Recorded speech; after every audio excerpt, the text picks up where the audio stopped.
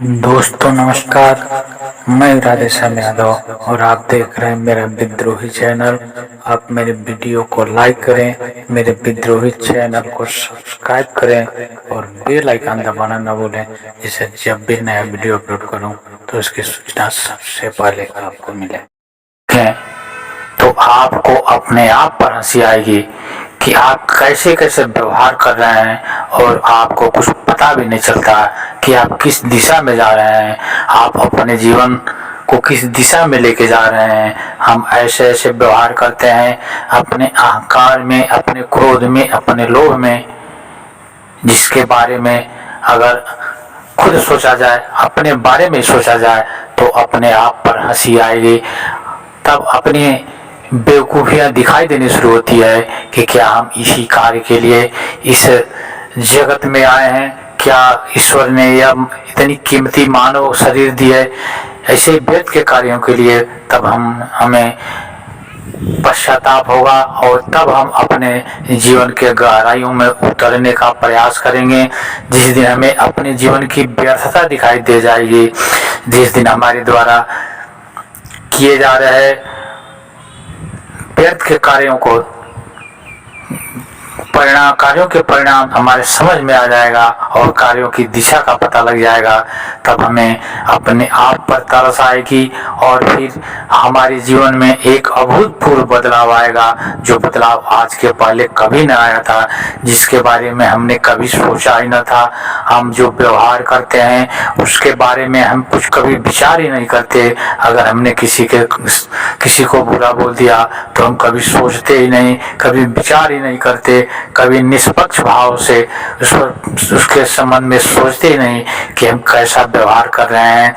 हम जानबूझ करके लोगों की बेइज्जती करते हैं, हम जानबूझ करके लोगों को नीचा गिराने का प्रयास करते हैं, जानबूझकर हम लोगों को झूठा और बेईमान साबित करना चाहते हैं।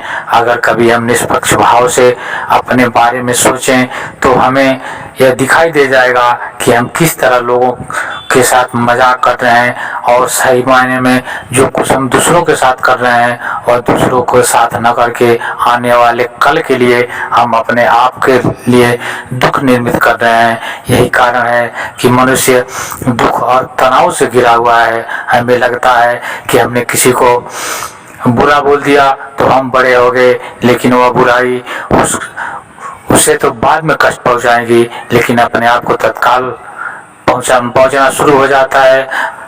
अगर हम किसी दूसरे को चोट पहुंचाने की कोशिश करते हैं तो उसके लिए सबसे पहले अपने दिल में, अपने मन में क्रोध का उठना जरूरी है, तभी हम किसी के लिए बुरा शब्द कर सकते हैं।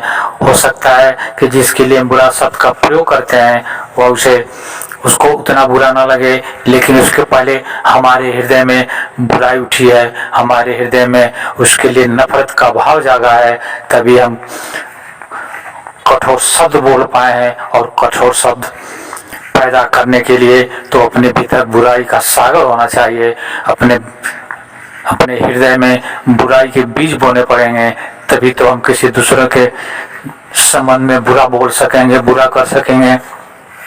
जितना असर इन बुराइयों का अपने ऊपर होता है उतना दूसरे पर नहीं, लेकिन हम कभी ख्याल ही नहीं करते कि अगर हम किसी को कठोर शब्द बोलते हैं, किसी को गाली देते हैं, तो गाली देने के लिए पहले हमें अपने भीतर नफरत पैदा करनी होती है।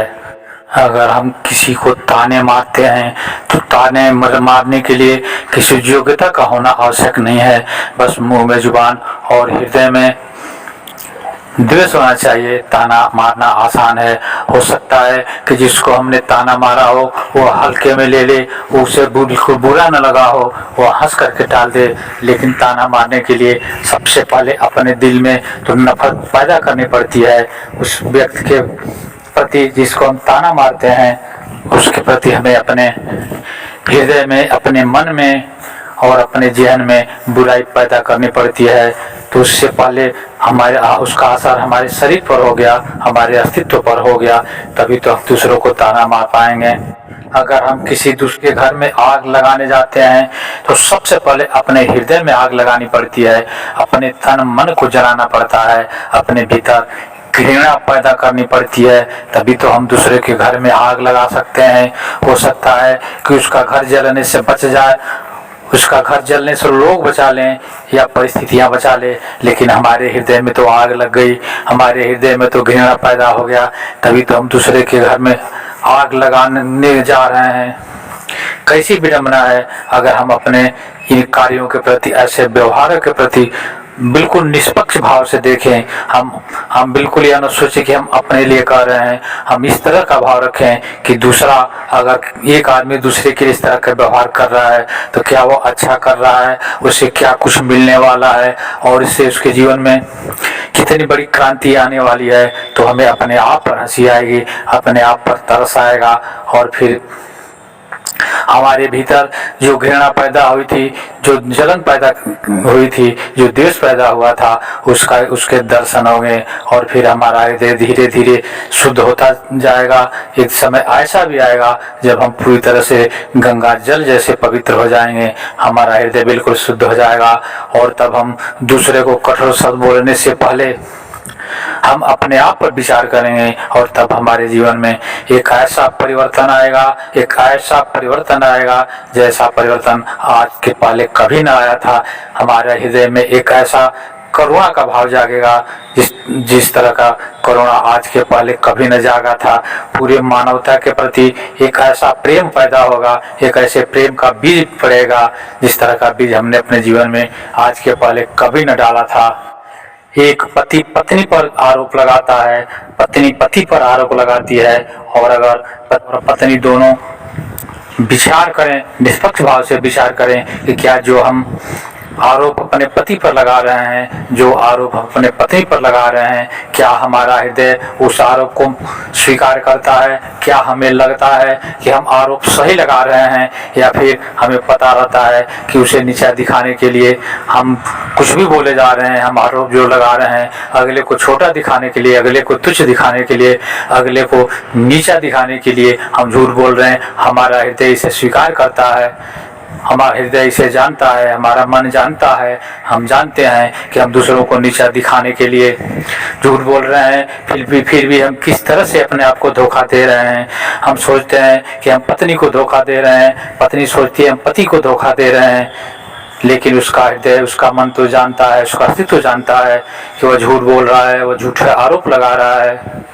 और फिर अगले को कष्ट हो या न हो, लेकिन आरोप लगाने वाले का हृदय में तो द्वेष पैदा करनी पड़ती है, या जानते हुए कि अगला सही है फिर भी उसे नीचा दिखाने के लिए अपने भीतर घृणा पैदा करनी पड़ती है, अपने भीतर वह द्वेष पैदा करना पड़ता है, अपने भीतर उस जहर को पैदा करना पड़ता है। क्योंकि अगर मन में जहर न हो, मन में द्वेष न हो, मन में क्रोध न हो, तो हम दूसरे को बुरा बोल ही नहीं सकते।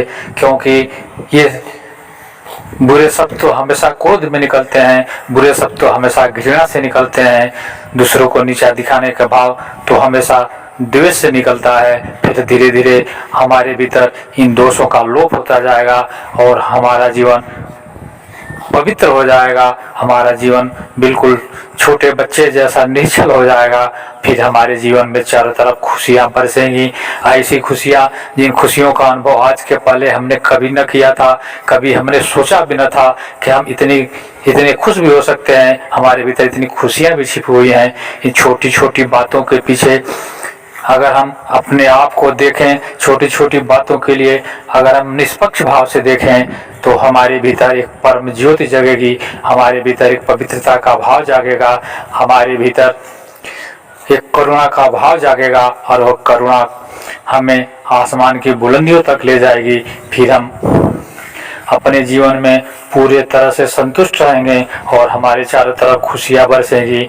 हम जहाँ भी खड़े होंगे, हम जहाँ भी उठेंगे, हम जहाँ भी बैठेंगे, हम जहाँ भी सोएंगे, वहाँ से एक अद्भुत सुगंध निकलेगी, एक विचित्र सुगंध निकलेगी जो आसपास के लोगों को सुगंधित करती जाएगी, जो पूरे वातावरण को सुगंधित कर देगी। और फिर हमारे जुबान से जो भी शब्द निकलेंगे, हमारे हृदय से जो भी उद्गार निकलेंगे, वह उद्गार लोगों के दिलों को छुएंगे और लोग आकर्षित होते हमारे पास चलते चले आएंगे। लेकिन इसके लिए अपने इस मन को, अपने इस हृदय को, अपने इस अस्तित्व को शीशा जैसा पारदर्शी बनाने की जरूरत है। जिस दिन हमारा हृदय शीशा बन जाता है, जिस दिन हमारा व्यक्तित्व पारदर्शी हो जाता है, जिस दिन हमारे जीवन से दोहरे व्यक्तित्व का बीज समाप्त हो जाता है, उस दिन हम शीशे जैसे पवित्र हो जाते हैं, शीशे जैसे पारदर्शी हो जाते हैं। और फिर हमारा जीवन सिर्फ हमारे लिए ना होकर के पूरी दुनिया के लिए हो जाता है, पूरी सृष्टि के लिए हो जाता है। मित्रों, आप मेरे इस वीडियो को लाइक करें और अभी तक मेरे विद्रोही चैनल को सब्सक्राइब नहीं किया है तो मेरे विद्रोही चैनल को सब्सक्राइब करें। मिलते हैं एक नए विषय के साथ, तब तक के लिए नमस्कार। जय हिंद, जय भारत, वंदे मातरम।